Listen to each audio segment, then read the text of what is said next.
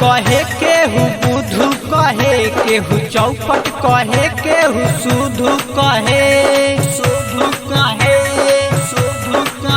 केहू पागल कहे केहू बुधु कहे केहू चौपट कहे केहू सुधु कहे।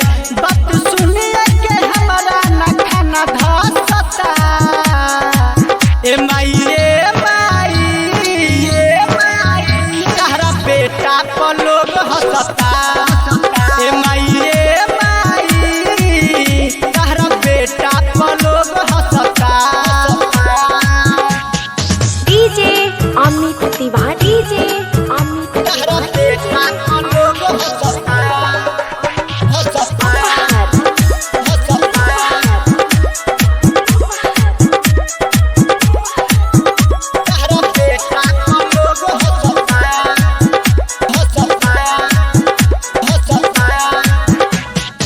वाल्मीकि चोर के महान कइलू मूर्ख कालिदास के विद्वान कइलू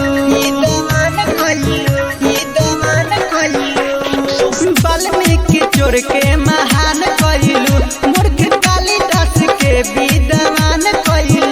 बिना बाली के नाम तीनों लोग जानेला इनका दुआ से लंगड़ा पहाड़ फानेला इनका कृपा से अनहरा के घर बसता ए माई तहरा बेटा पर लोग हंसता ए माई तहरा बेटा पर लोग हंसता।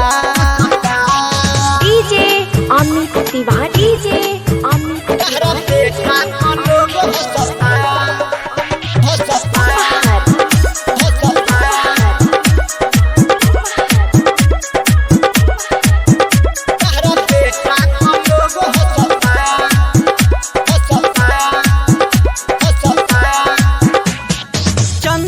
प्रताप बिहारी के हो माई रख इलाज दुआरी के हो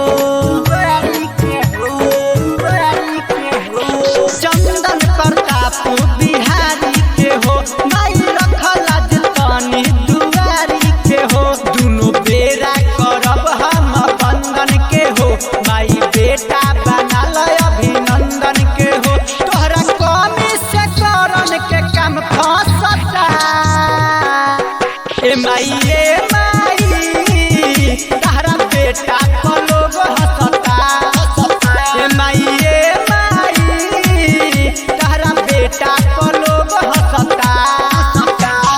पागल कहे केहू बुधु कहे केहू चौपट कहे केहू सुधु कहे।